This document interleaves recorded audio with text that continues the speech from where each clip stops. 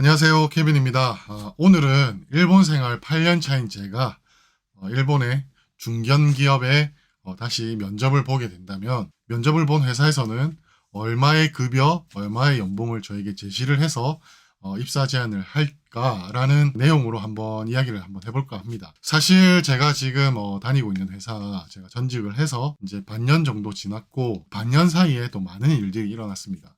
뭐 직장을 자주 옮기고 이러는 게 결코 좋은 일은 아니지만 저는 뭐 한국에 있을 때도 그랬고 일본에 와서도 그랬고 저에게 맞는 회사, 제가 가지고 있는 스킬을 인정을 하고 인정을 해주고 또 그 스킬들을 활용을 잘 하는 회사를 좀 만나고 싶었는데 아직까지는 그런 회사를 만나지 못한 것 같아요. 어느 회사건 일본에서 제가 좀 다녔던 회사들은 처음에 저랑 면접을 볼 때는 이런 얘기로 했고 이런 일들을 하게 될 것이다라는 그런 업무 제안을 했기 때문에 그게 좋겠다 싶어서 제가 또 이제 입사를 결정을 하고 일을 했는데 막상 일을 시작하고 보면 또 전혀 이 면접 때 했던 얘기랑 업무 내용이 제가 실질적으로 이제 해야 되는 업무 내용이 전혀 다른 경우가 매년 발생하는 것 같아요. 매번.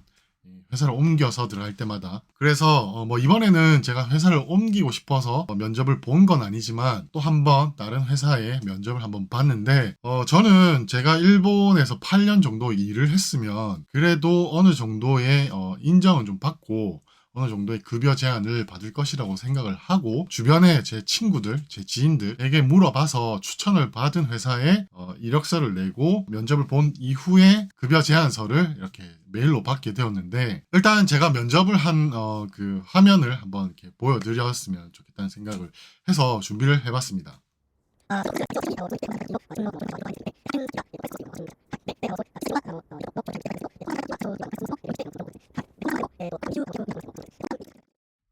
네, 이렇게, 제가 이렇게, 진짜 막, 제가 조금 이 기대를 했던, 그래도 이 회사는 조금 나의 경력을 인정을 해주고, 일본에서의 어떤 그런 직장 생활들, 사회 생활들을 인정을 해주고, 또 급여를 좀 잘 쳐줄 것 같다라는 회사가 있어서, 이제 그 회사에, 한번 끝까지 한번 도전을 해봤는데, 그래서 최종적으로 받은 급여, 제안서, 연봉 제안서가, 뭐 여러 가지 이렇게 설명이 돼 있어요. 뭐 이런 건 다 집어치우고, 지금 이렇게 보시면 기본급이 22만 5천 엔 해서 우리나라 돈으로 치면 230만 원 정도 해서 이제 제안을 받았고 또 이제 여기 쇼쿠무큐라고 해서 이제 직무급, 직무를 담당하면서 받게 되는 7만 5천 엔 하면 뭐 우리나라 돈으로 뭐 80만 원 정도 되겠죠. 그래서 하면 뭐 이렇게 토탈 해서 30만 엔 정도 이렇게 되는데 이게 토탈로 하면 우리나라 돈으로 뭐 300만 원에서 310만 원 정도 되는 금액인데 제가 일본에서 8년을 직장 생활을 하고 사회생활을 하고 경력을 쌓았는데도 이 회사에서 저에게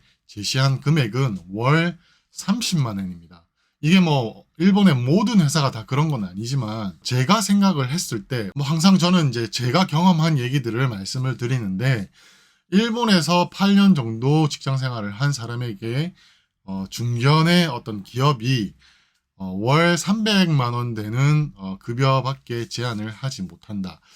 저는 이게 일반적인 건지 아니면 조금 낮게 저평가돼서 이렇게 급여를 제시를 받았는지 저는 잘 모르겠지만 제 생각에는 일본 기업들이 대부분 이 정도의 금액을 제한을 하지 않나 라는 생각을 좀 하고 있어요. 많이 받으면 뭐 40만 엔 주는 것도 있고 또 40만 엔 이상을 또 제한을 해주는 것도 있지만 일반적으로 일본 회사에서 근무를 하게 되면 5년 차 이상이 되는 직장인들이 거의 대부분 이렇게 받는다고 저는 알고 있습니다. 근데 지금 제가 다니고 있는 회사는 간단하게 말씀드리면 이 금액의 2배 정도는 되는 것 같아요. 그래서 일본에 취업을 하시거나 아니면 뭐 워킹 홀리데이로 오시거나 일본에 오셔가지고 직장을 구하셔야 되는 분들 아니면 구해서 오신 분들 아마 일본 생활 유튜버 분들이 본인의 급여를 까신 분들 보면 대부분 이 기준에서 조금 높거나 조금 낮거나 하는 것 같아요. 제가 봤을 때.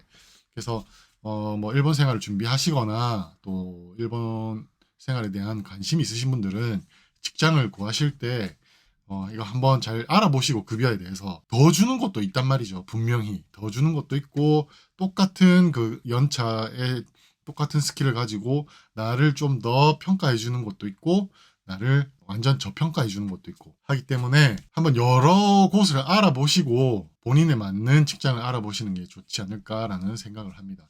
그래서 오늘은 일본 생활 8년 차의 면접을 보면 그 회사에서 일본 중견 회사에서는 얼마의 급여를 제시를 할까라는 내용으로 한번 이렇게 얘기를 해봤는데 좀 씁쓸하네요. 생각보다 좀 작아요. 이거 딱 30만 엔 맞춰가지고 준다.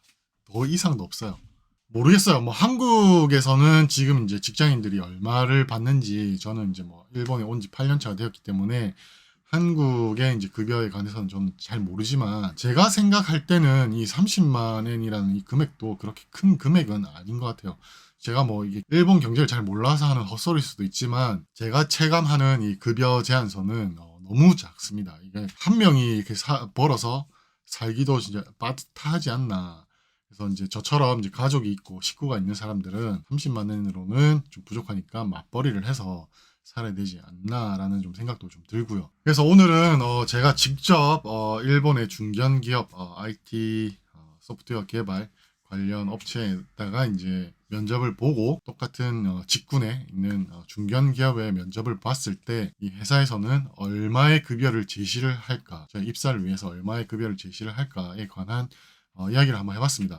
오늘 내용이 좋으셨으면 뭐 좋지 않으셨어도 그냥 시청을 여기까지 하셨으면 좋아요 한 번만 눌러주시면 또 다음 컨텐츠 제작하는데 좀 힘이 날 것 같습니다. 시청해주셔서 감사드리고 오늘은 여기까지 하겠습니다. 안녕.